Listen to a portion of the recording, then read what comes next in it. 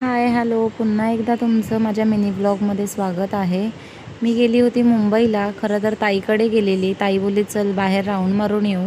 म्हटलं कुठे जाणार, मग विचार केला की मुंबईला राऊंड मारूया. मस्त पावसाने जोर पकडला होता आणि खूप छान वातावरण झालं होतं. मस्त इथे गेटवेला गेलो आणि बघू शकताय तुम्ही, खूप सुंदर असं वातावरण तयार झालेलं होतं. पावसाने चांगला जोर पकडला होता.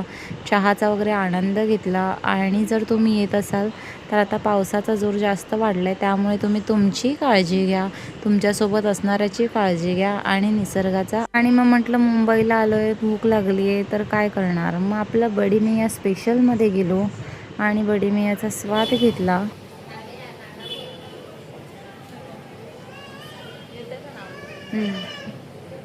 आणि ते थोडं हॉटेल रिकामं होतं, कारण की आम्ही खूप उशिरा गेलो होतो, त्यामुळे हॉटेल रिकामं होतं आणि बरंही वाटत होतं. थोडं शांत वातावरण होतं.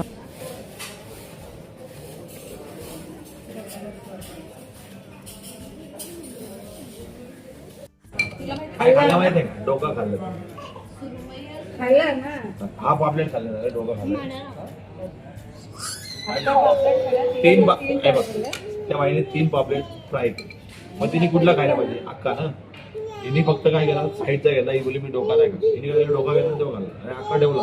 तिला तो खावा नाही, मी खायला उद्या परवा. अरे मी अख्खा मी खाल्ला. मुंबईत 4 पीस खाल्ले, 6 पीस तळले, मी 4 खाल्ले. अजून किती खायची? आणि तिने काय खाल्लं माहिती बरोबर काय असं करायचं. बोलते मग फेकायचं. अरे मग एवढं जास्त कशाला बनवतं? थोडंच बनव ना. तिला रोज बाशीत करायची असते. तुला नव्हतं का फ्रीज मध्ये जेवण खायचं नसते? फ्रीज मध्ये नव्हतं, कडे होती का नव्हती का? पण मी तुला सांगते ते गरम केलेलं, गरम सांबारा होता.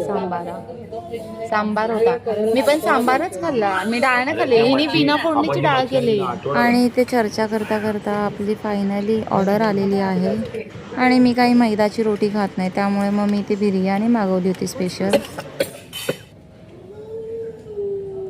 आणि एक्झिट बरोबर बडीमियाच्या बाजूला हा नूर चहा मिळतो, खूप सुंदर लागतो. नक्की ट्राय करा. चला भेटूया पुढच्या ब्लॉग. हो, पुढच्या ब्लॉगमध्येच भेटूयाच. पण माझे व्हिडिओ जर आवडत असतील तर नक्की लाईक करा आणि माझ्या चॅनलवरती नवीन असाल तर नक्की सबस्क्राईब करा.